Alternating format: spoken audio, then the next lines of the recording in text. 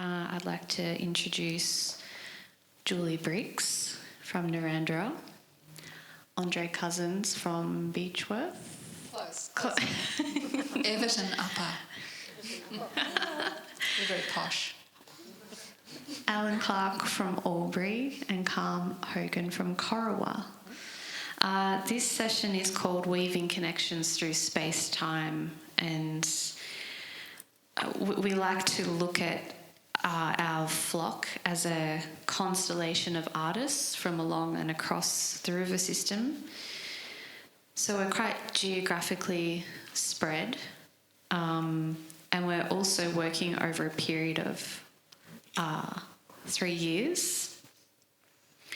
So it's been an interesting process having to navigate all that space and time and keep us connected. There's been many challenges relating to travel restrictions and floods over that time. And I think living and working as an artist, particularly a regional artist, it can be a lonely life at times. It can feel isolating.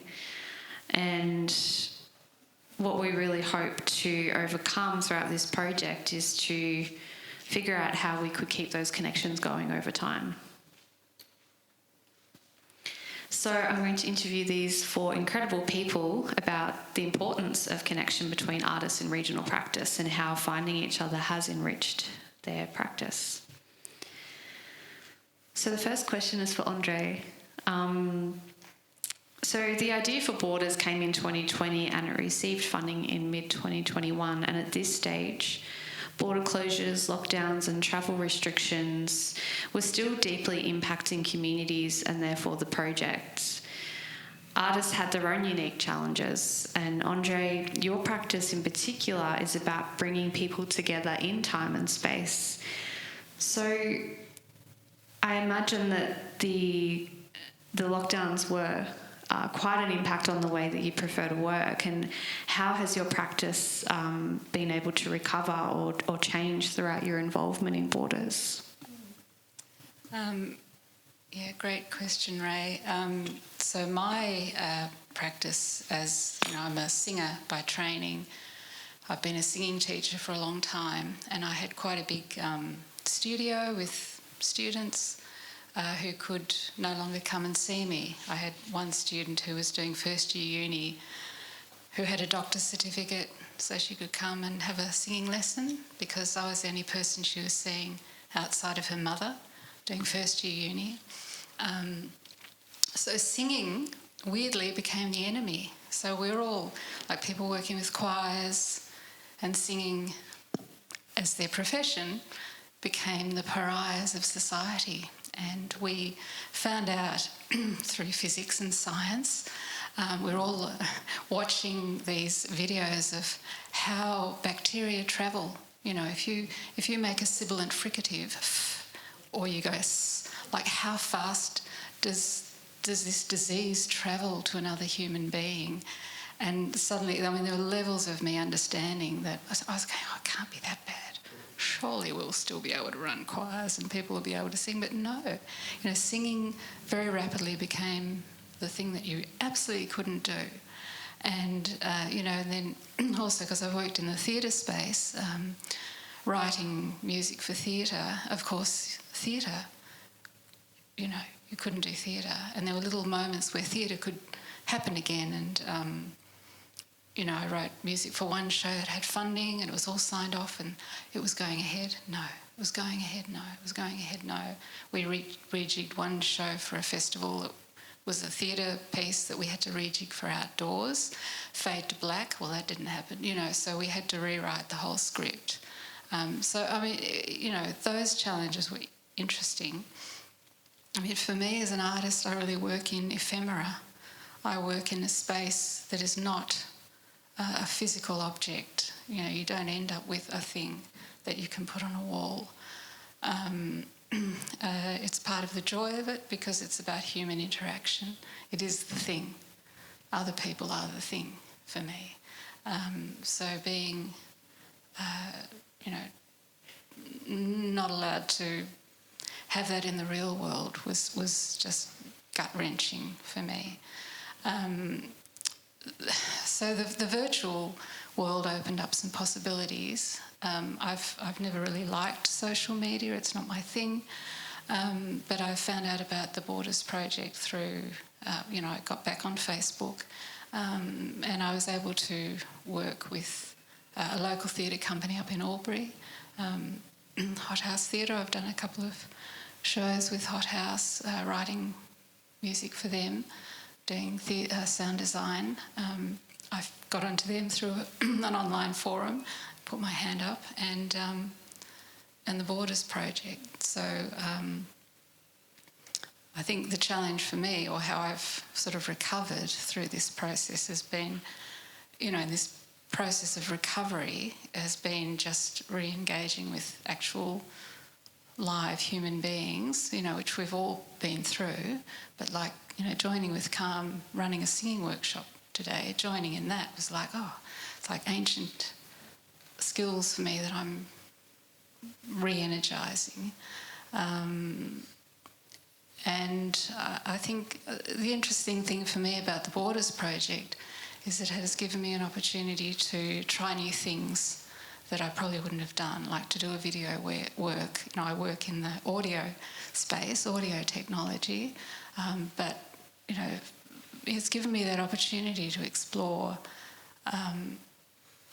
that process, and then also to an end point for me is really important. I find as an artist I need an exhibition or I need a performance. I really work well with a deadline. So I think there's also that. It's been the process, but also then the end point of, here we are, we've got a showing, we've got a group, we're coming together, we're going to do this thing. So I think that that's the rigour that we were talking about before. It is about play, it is about exploration, but the rigour of what you come up with in the end and the following that process right through has been really good for me to have that again in my life. That's what I've been missing. I'm not good with open-ended stuff. I've realised I'm not good on my own. I need other people. Beautiful, thank you. I think, that providing that container or that framework has been really helpful. One of the aims of our project was to make it as accessible as possible, and 3 years is it's a very long commitment. So we decided to keep things open, and we invited artists to weave in and out depending on their energy levels, their capacity. And we actually met Julie at the halfway point of the project when we were up in Albury. After a chance encounter at Sarah McEwen's exhibition opening at Mama, where we were asked to exchange an art hug with the person next to us, and that's how Julie and I met. She gives the best hugs. So, Julie, can you please share your experience of what it was like to join up with the project at that time? Well, I can tell you when I did join, and it was after a lab in Mildura that Kelly Leonard attended. I joined mentally, right, from a distance. And I was wanting to attend all of your, as you progressed up the river. And I didn't know a lot about it, though. So I took the idea, I looked at your philosophy, yes, bringing people together, the border, the river, and I started thinking about the ecology of the river. And within a short time, I'd started to think about an artwork that I might do, because I was running a program of workshops, gallery shows that year, and I couldn't, everything clashed, and I couldn't get to any of your things. Then when I sat next to you in Albury, I didn't connect you at all with it, this is Rhae, and, just chatting, and it was at that point, I've lost my train of thought. Yes, I had thought it was over. I remember saying to you, but it's finished. I'm too late, aren't I? And you said, no, you're not too late. And so I went home a couple of weeks. I worked out a schedule. I thought, yes, I can go to Albury. And I emailed you and you said, yes, I could.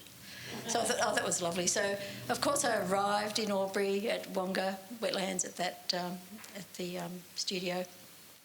And Linda Luke was the first person I saw. And I thought, oh, body weather, because I hadn't realised body weather was part of it. I am not a mover, people. I've never moved. I am not a mindful person. There's none of that in me. There's never been any of that in me. But I knew I was safe. I just knew I was safe. I'd seen a beautiful project that Linda had done, I think, in relation to the Cat Factory in Narrandera with older citizens, and I'm in that age group now. And it was such a beautiful piece of movement. Yeah, you remember that. What was it called, Vic? Do you remember? What was it called, Linda? Where's Linda? Yeah, it was just a gorgeous thing. And I realised then, oh, that was body weather. And so I knew I was safe. And so I think, we all sat down, we had a lovely chat, and I realised I was in this lovely, nurturing, collegiate space. And I knew a few people, Chris turned up, and Carm appeared, and it was just... and then I realised that Vic was mentoring, and I hadn't known that. So all those things that I hadn't known, but it just made me feel really comfortable and able to just be part of it, and even face up to body weather, Frank. Because it was new to me, but it's just lovely. Yeah, and it's quite a transformation for me to use my body in any way other than sitting, reading, walking, basically. So it's. I think I've got a long way to go in that area, but I think it's a great opportunity and exploration, and I think that's. I think we were there 3 or 4 days. I can't remember now, but it was just really. I knew that I could continue on with it. And then, of course, I wasn't able to get to the next 2 anyway, but here I am. And I know that, that everyone here supports everyone else here. And I have said to someone, I think it was Carm, I said, the arts is not competitive. That's not true, of course, I realise. That's not true. But in this environment, it is true. There's no competition. There's only support, nurturing, exploration, and I just think it's the most beautiful environment. Thank you, Rhae. Thank you. And it was so wonderful seeing you perform yesterday as part of the performance walk. It was this gorgeous, slow, mindful, delicate piece, and then this very busy, fluorescent bike rider whizzed past you and left all this dust behind, and it was such a beautiful contrast. Maybe it was a sign, I don't know. It was a sign.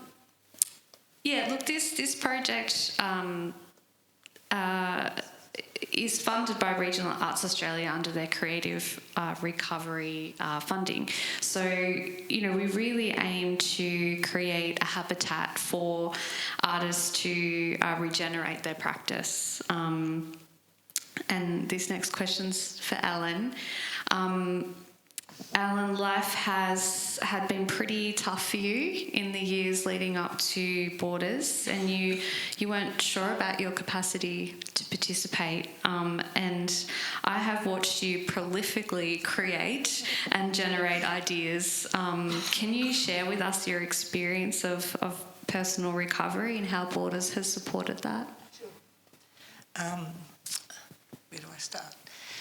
So I was actually in China at the end of 2019 doing a residency over there, which was great, and came back to Australia, and then I think it was in March we went into lockdown in 2020, and I was actually a deputy in a disability school. And if you're a teacher, nobody went into lockdown. You had to go to work. Someone had to look after the children. So in a way, you felt as if you were in isolation even then because your needs weren't cared about,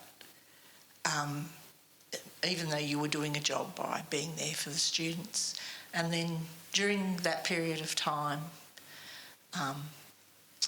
I lost my mother through COVID, but fortunately it was the one time we were all out of lockdown.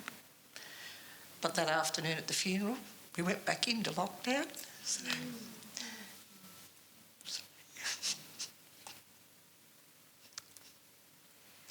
So I went back, all the time I would always be working with my art. I went back to work teaching, and then I thought, what's the point? Why is this? And then must have been the end of that year, my youngest daughter got married and I got COVID.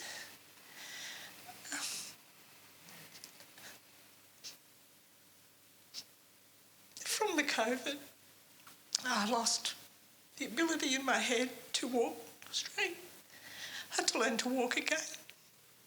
I still get really bad heads, but the body weather has been brilliant for me because it's helped my coordination. It's helped me because I'm really like ADHD all the time when I'm well.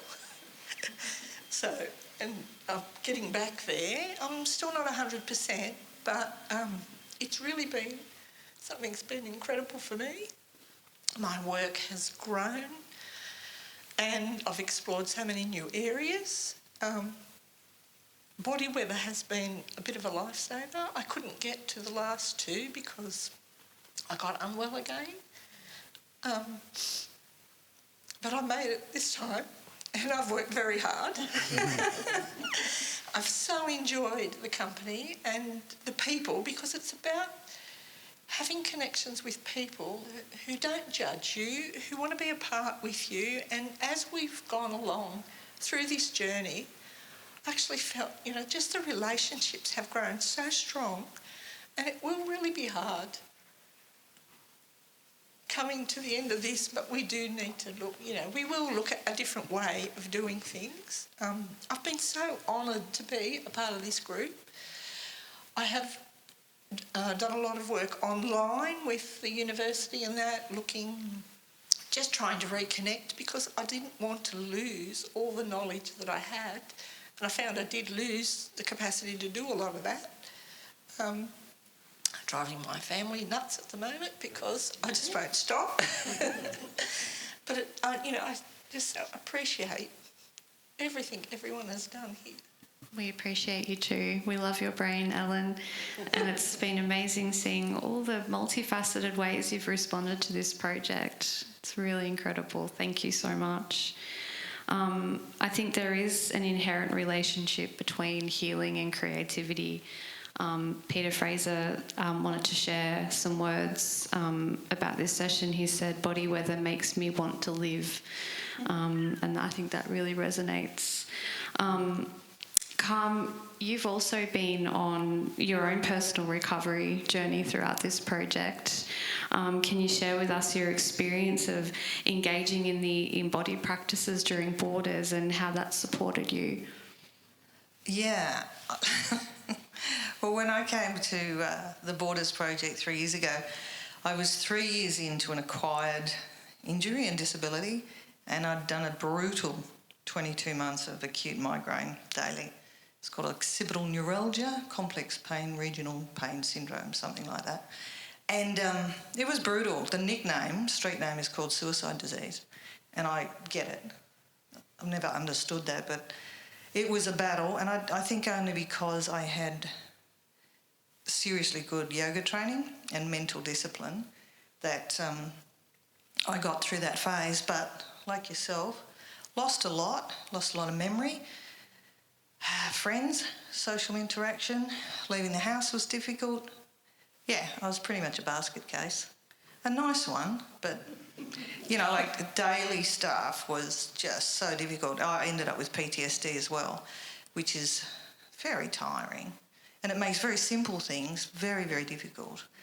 So I'd always had a love for the river, and I'd had theatrical experiences which have been commercially successful and published a book. But I have to say the process wasn't that pleasant. And I thought, I'm not sure if I can continue on with my work if product outline overrides process. And so I have been yearning for a group, for a tribe, for a community that has those values. And it is very isolating. I am the only thespian in the village of Corowa, which hasn't changed since Federation. There is one other. He won't talk to me. I don't know why. I tried.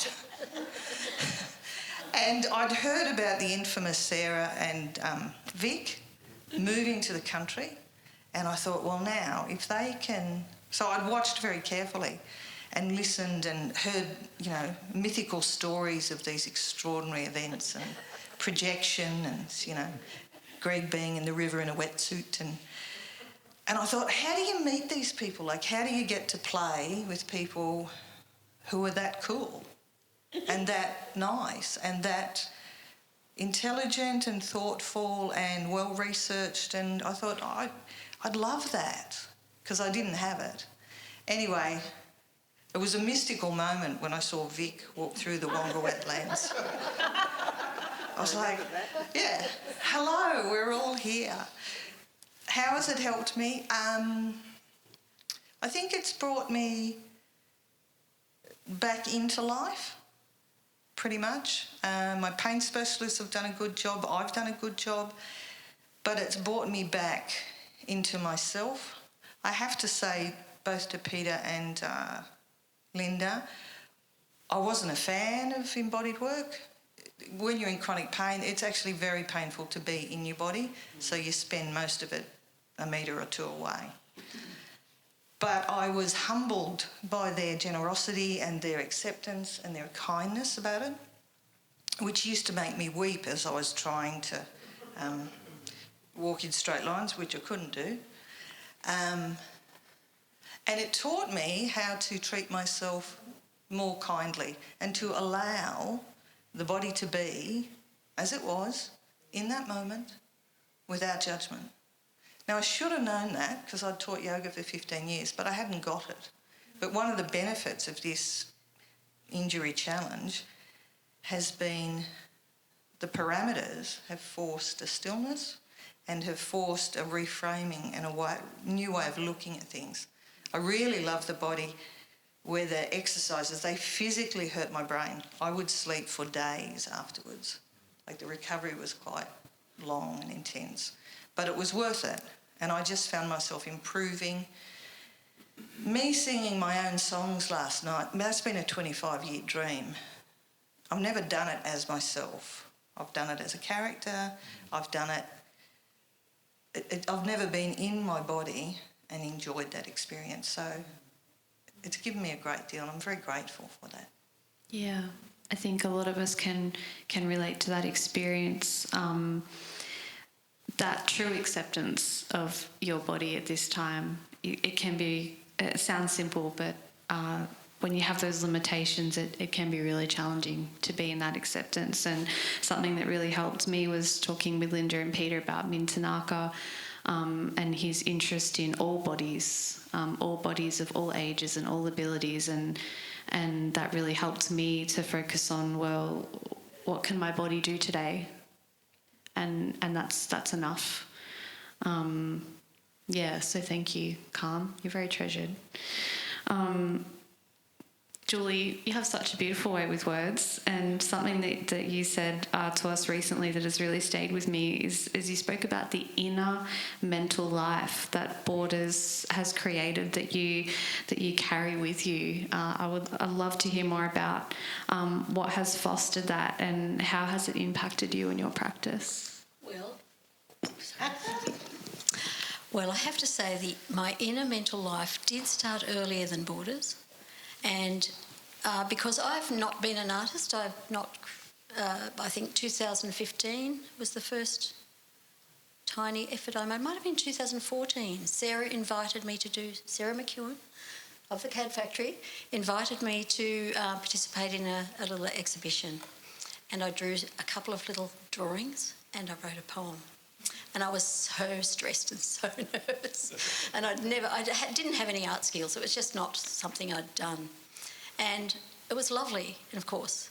And then I was working for the CAD, wasn't I? Working on common ground, a large outdoor exhibition over a couple of days, wasn't it? And at some point during all the work of it, Vic said, "Would you like to put an installation in?" And I thought, well, I had ideas. There are things that I thought about. I had lots of ideas to express. And so I did. I put a quite large installation in, didn't I? Yeah. And that was the beginning of my inner mental life. And because I've never learnt skills, I've not really had a history of... I did a good lot of my art through correspondence, which didn't mean any practical work at all.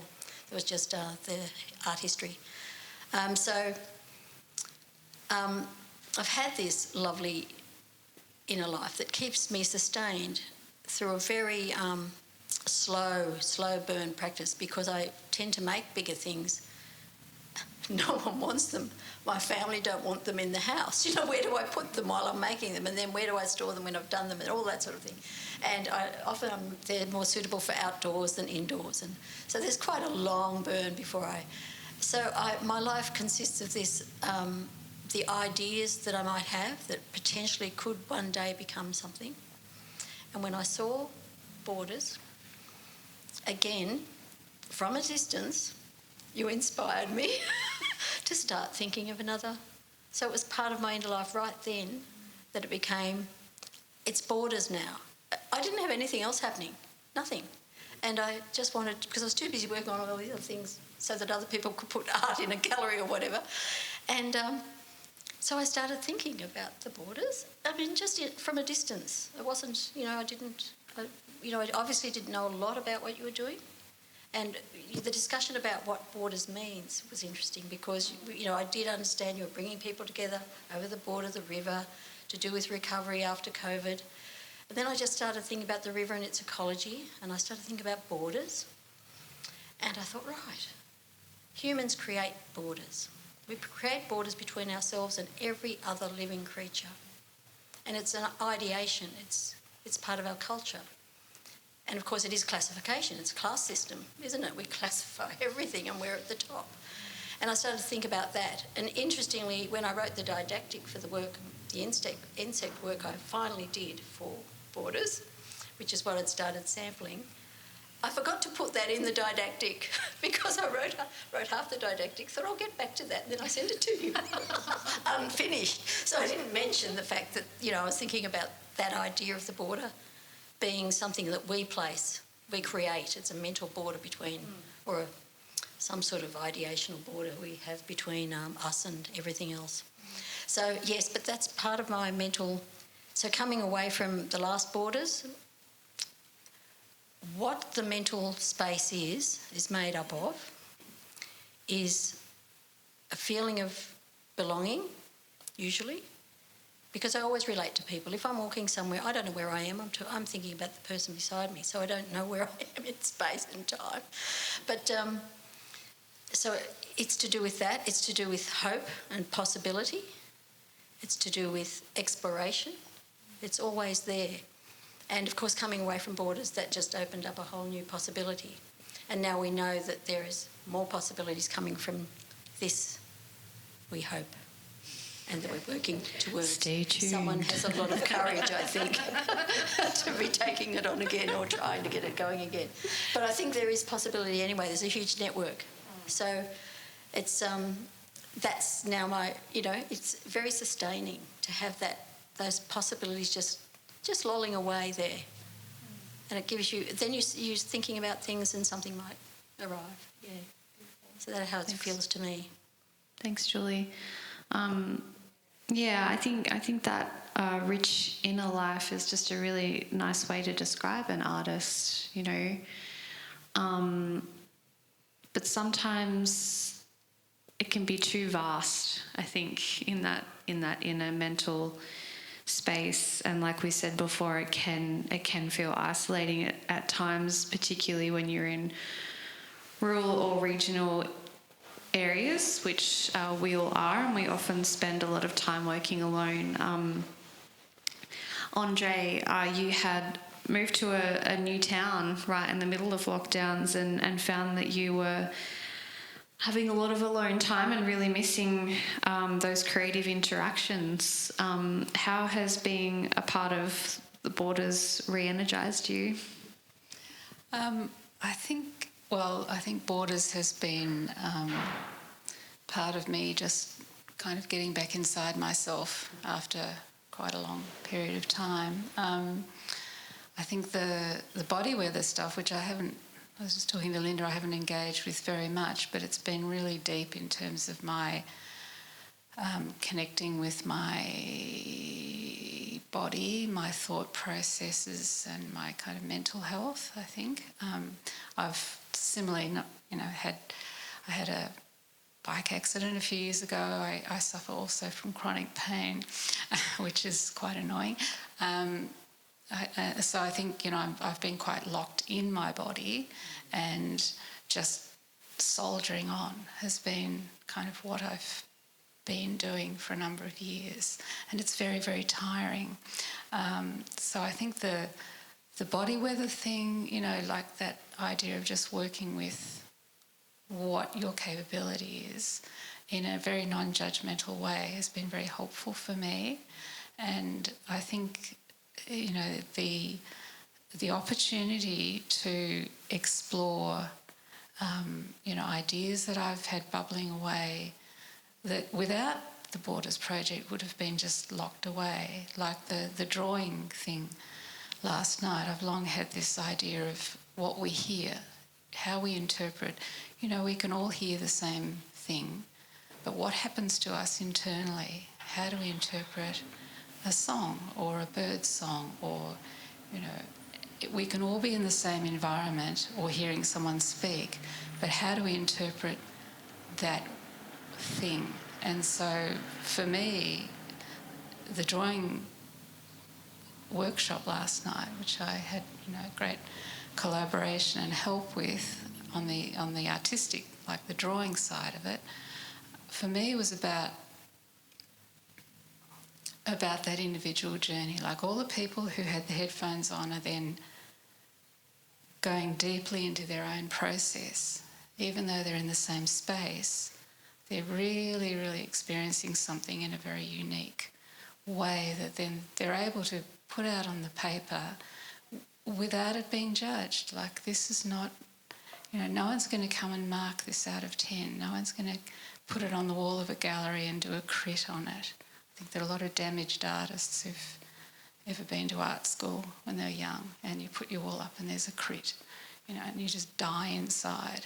I think that part of that recovery is just trusting your process, and that it's okay.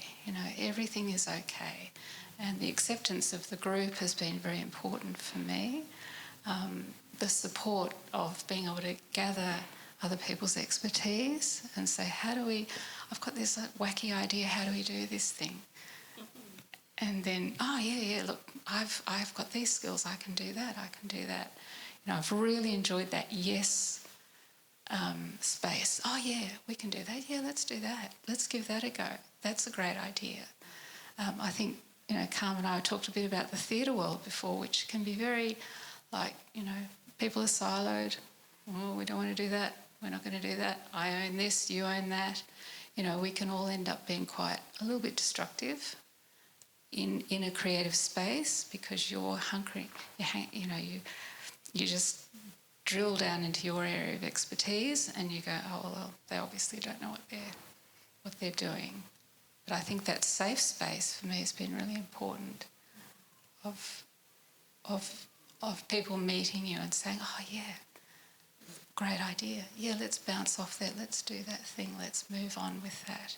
So I just wouldn't have had that opportunity in isolation in Everton Upper, in a very rural community. Where are my people? They're all somewhere. So yeah, thank you. Thank you, Rhae. Thank you. And it's, that interactive drawing last night, it was just one of my favourite moments in terms of like the joy of producing, when an artist has this idea and you kind of go, oh, okay, let's do this. We gather the troops and then you see it and you see people engaging and enjoying it, and it's just the coolest feeling. We were talking about slowness earlier, and 3 years feels like a long time for an art project, and I often caught myself saying, oh, what a luxury it is. It's such a luxury to have time and have a long-term project, but really I don't think it should be considered a luxury. I think it should be considered normality, and I think what we're trying to do now at this point of the project is to demonstrate and show the value of being deeply engaged with process. And Carm, I would love for you to speak to slowness and how Borders has given you methodologies for approaching your practice. It's delicious. It just is. I feel like sort of starting a political party based on let's go slow. Like I worked in education and bang, bang, bang, bang, bang, no time to integrate, no time to consolidate. So to have something so layered, and months later, I would have done a body weather exercise, and months later I'm like, oh, that's what that was about. Because I had the capacity then to see what, they were trying to facilitate for us. Yeah, it's very, very powerful. And I think creativity is an interesting beast in a way. Like it's sort of hard to wrangle. It's very esoteric. I get a lot of my ideas through my journal writing every morning. I get a lot of ideas through dreams or cloud watching, or just something will be said and I'll think, wow, gosh, that's interesting. But it's kind of like working through a veil sometimes. It's not very clear. And so I think you need time and length of time, if you think of time in a linear way, for things to settle and to layer and then to integrate with each other, So I'm currently doing a slow master's in creative arts therapy because of the value of this project. Convinced me yet again that arts help health. Really, they hold health. So just doing that, the connections that I have with that intellectual framework, with family care life, with connecting here, it just takes time, and you can't do that in a weekend or a couple of choppy chops. And then in terms of energy and health and rehabilitation, you just need time to recover from the learning, from the mental stretch, from the physical stretch.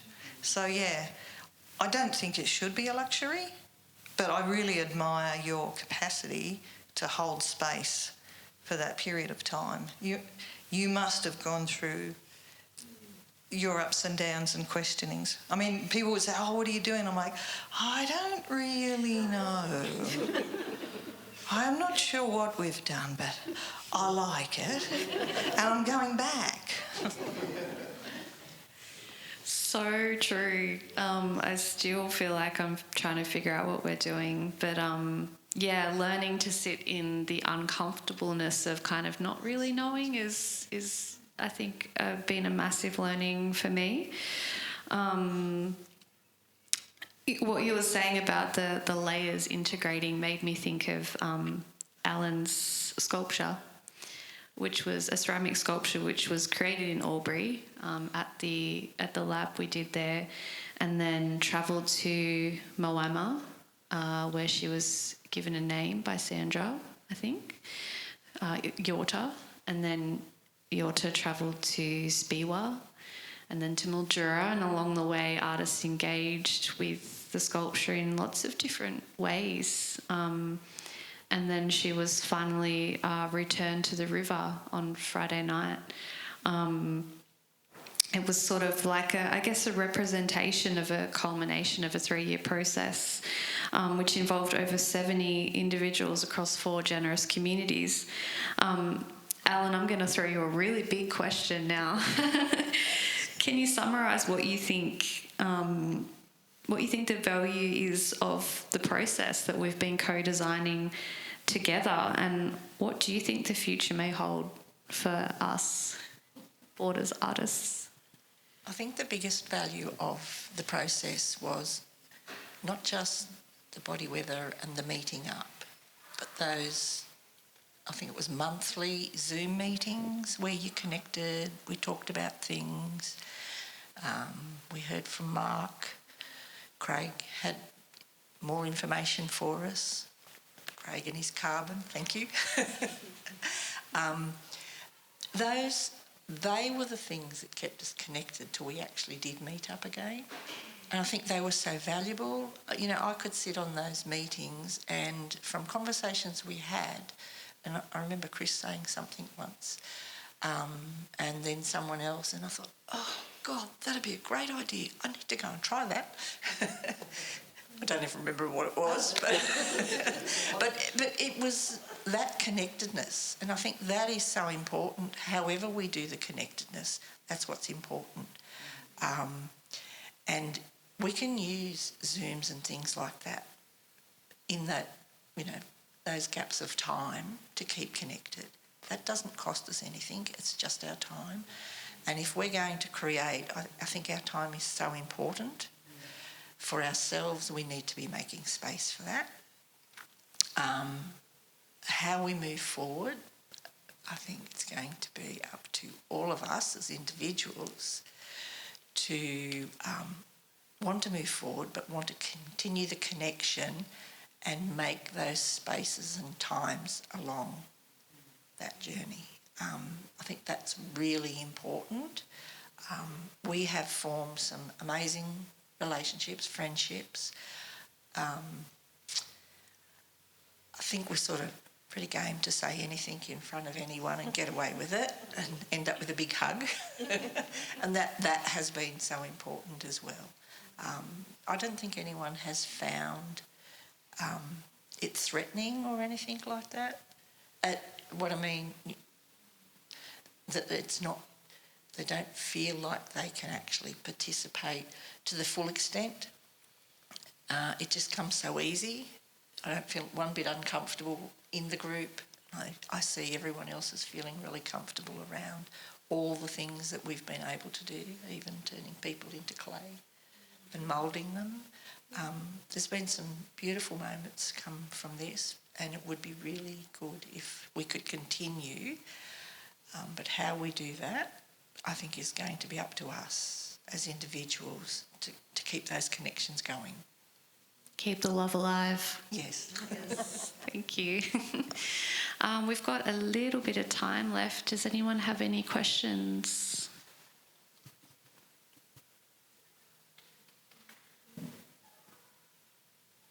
Craig.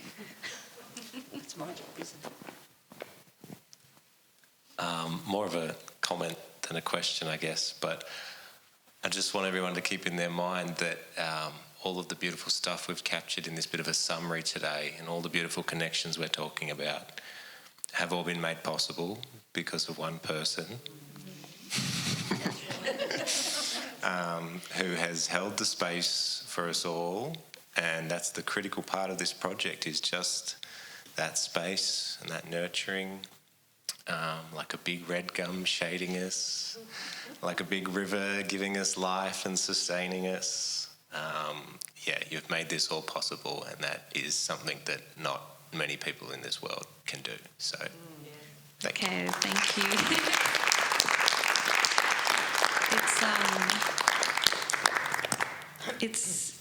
It's hard to accept that, I think. But it also goes both ways. I don't know if I can say this without crying, but there's been a lot of healing for me as well throughout this process.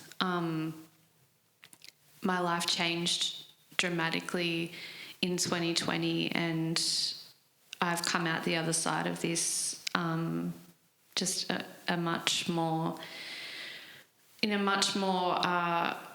acceptance of myself, I guess, and I've related to so much of what our artists have shared today, through my own experience of, receiving a diagnosis of autism and ADHD like halfway through this project, and this has become the space for me to relearn how to be me and how to be truly accepted by a group of people. And that's, it's just held so much value, I couldn't even put it into words. So, it's a container that we've all created together, and we've all held that responsibility and that care for each other, and like Alan said, it's up to us to continue that, and I have no doubts that we will. I have no idea what it'll look like, but we're kind of good at being in that no idea space, so I think we'll be okay. Please join me in thanking our panellists.